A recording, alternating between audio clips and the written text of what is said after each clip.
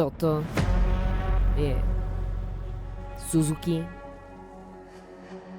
Cappuccino.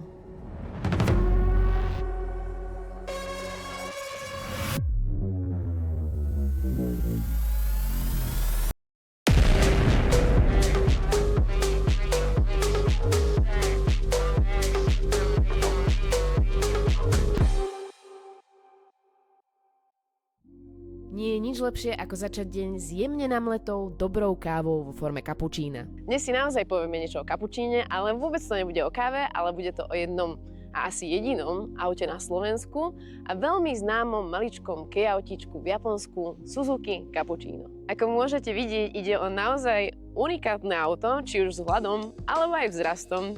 Ja mám 157 cm a môžem sa o neho takto v kľude oprieť, takže asi si viete predstaviť, akú má toto auto výšku. Auto vlastne ide. Toto auto sa nazýva aj ako Kei Dosha, čiže Kei auto. A tieto auta vznikli konkrétne v 90. Ale poďme od začiatku. V 50. rokoch japonská vláda chcela podporiť ekonomiku tým, že začnú podporovať výrobcov motocyklov, aby sa venovali napríklad aj autám. Ale keďže tá ekonomika nebola na tom tak dobre, ako by si veľa ľudí chcelo predstaviť, vytvorili tým pádom takúto malú doménu, zvanú Kei Dosha, ako som spomínala, s tým, že ľudia, ktorí si zakúpili tieto autá, mali hlavne úľavy na daniach. Ale zároveň mali aj svoje pravidlá.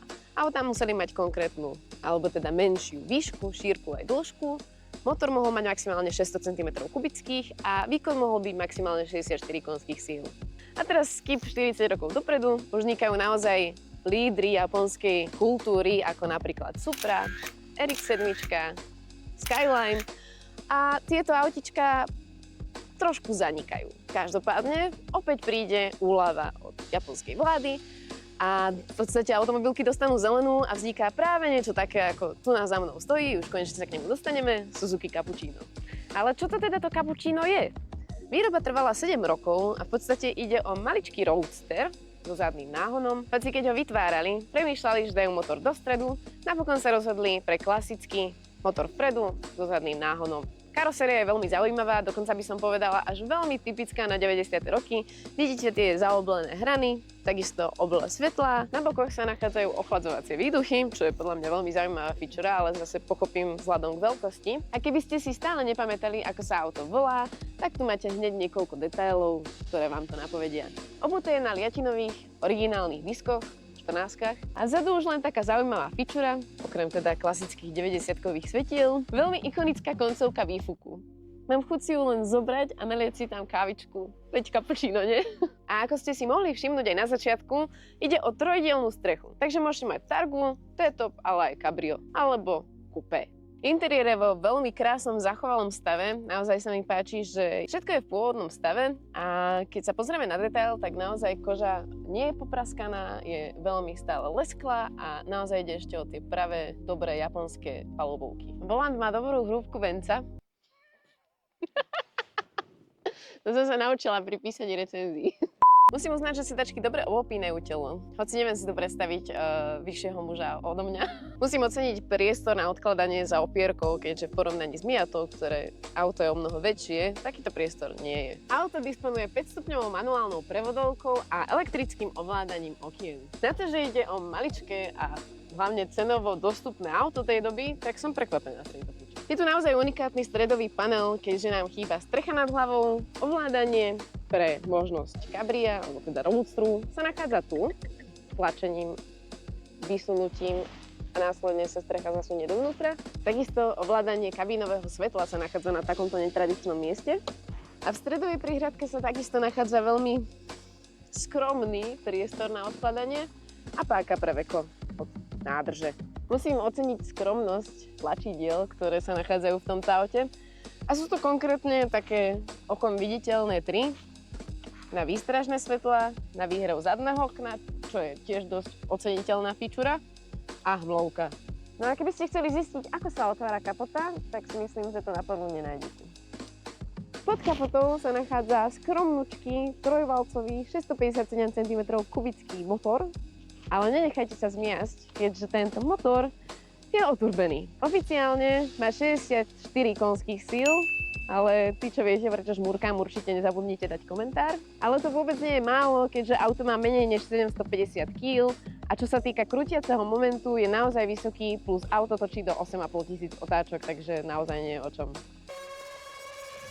Naozaj povedať, že som úplne na zemi a to hovorím ako majiteľ Miaty. Je to úplne iný pocit, hlavne pravostranné radenie, už som mala raz skúsenosti s ním. Ale teda... Sranie, ale... Jak doporučujem ísť doľava radšej. Fakt?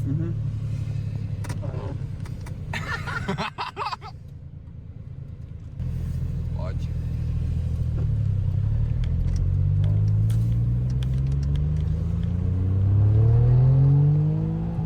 Má to zvuk? Super zvuk. Jak vypnem stierača takto? Úplne hore, áno. Naozaj krátke prevody, ale ono to instant, veľmi si zacítil podľa mňa, ako zafúkalo to turbo. Áno. Fúka rovnako ako na impreze.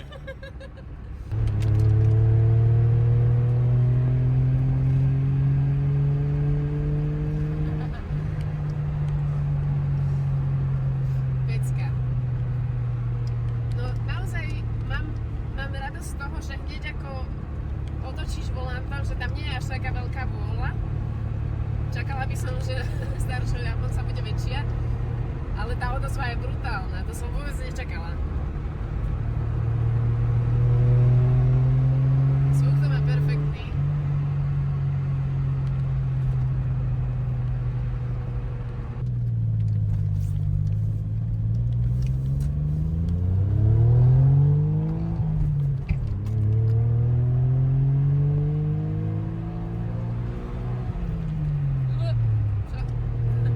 Výrobca uvádza z 0 na 100 za 10 sekúnd. Za 8 som sa dočítala. Dokonca, ja som našiel asi 6 protichodných informácií.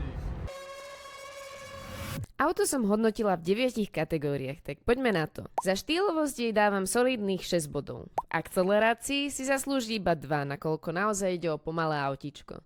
Riadenie však bolo veľmi zábavné a preto má 6 bodov. Vybavenosť hodnotím skromnými 2 bodmi, nakoľko naozaj ide o malé a chudobné autíčko. Pohodlnosť bola slušná na 4 body, kvalita prevedenia 6,5, praktickosť auta musím ohodnotiť slabúčkou jednotkou pochopiteľne a schopnosť držania si ceny na trhu solidnou 8. No a zábavný faktor, ten som ohodnotila 6. Dokopy si auto vyslúžilo 40,5 boda, čo je niekde okolo priemeru.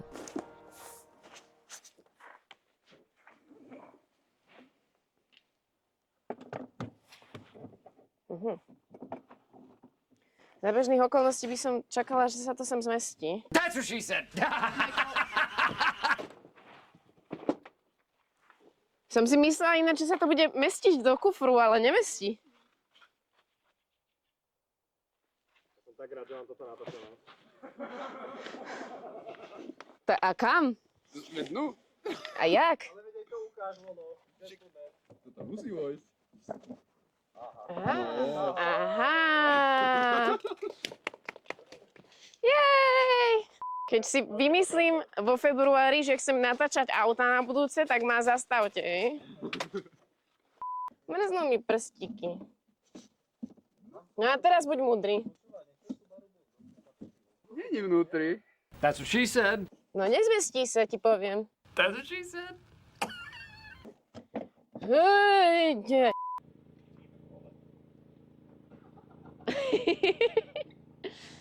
Pojde, chalani, ešte za tie ruky sa chyte.